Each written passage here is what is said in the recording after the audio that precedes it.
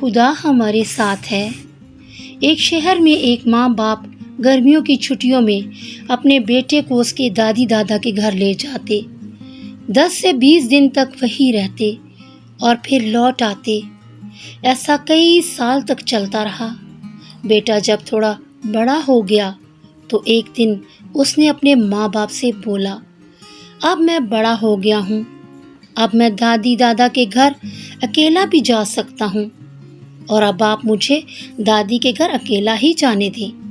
ماں باپ پہلے تو راضی نہ ہوئے، لیکن جب اس نے بہت ضد کی تو اس کو سب کچھ سمجھا دیا اور اجازت دے دی۔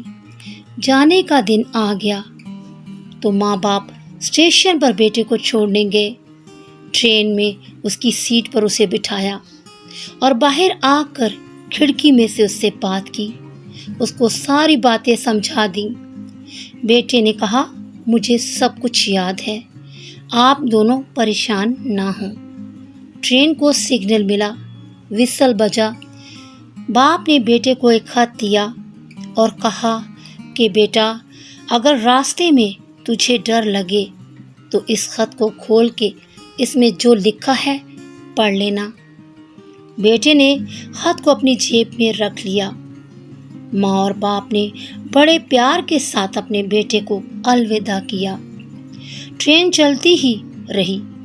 ہر اسٹیشن پر نئے لوگ آتے رہے اور پرانے اترتے رہے۔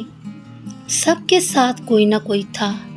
بیٹے کو اکیلا پن محسوس ہونے لگا۔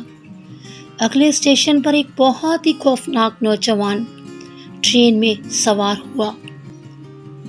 بیٹا پہلی دفعہ اپنے ماں باپ کے بغیر سفر کر رہا تھا۔ اس نے اپنی آنکھیں بند کر کے سونے کی کوشش کی، مگر بار بار وہ خوفناک چہرہ اس کی آنکھوں کے سامنے آنے لگا۔ بیٹا پریشان ہو گیا۔ پھر اچانک اسے باپ کا خط یاد آیا اور اپنی جیب میں سے وہ خط کانپتے ہوئے ہاتھوں سے نکالا اور پڑھنے لگا۔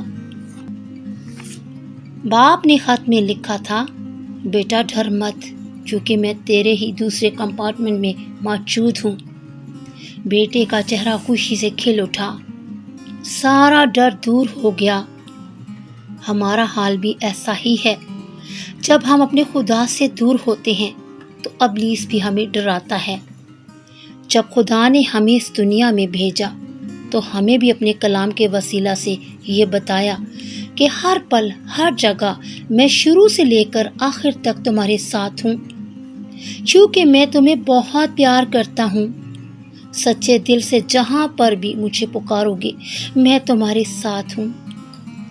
میں ہر پل تمہارے ساتھ ہوں، اور ایک پل میں تم مجھے پکارو گے تو میں تمہارے پاس آ جاؤں گا۔ اس لیے گھبرانا نہیں، پریشان نہیں ہونا، کیونکہ پریشان ہونے سے تمہارا ایمان کمزور ہو جائے گا، پر خدا پر بھروسہ رکھنے سے سب کچھ ہو سکتا ہے۔ ہمارا خدا ہمیشہ ہمارے ساتھ ہے۔ میں آخری سانس تک تمہارے ساتھ ہوں اور میں تمہیں کبھی بھی اکیلا نہیں چھوڑوں گا۔ اپنا سب کچھ خدا پر چھوڑ دیں، اپنی فکریں، اپنی پریشانیاں، اپنے دکھ، اپنی بیماریاں خدا کے ہاتھوں میں دے دیں۔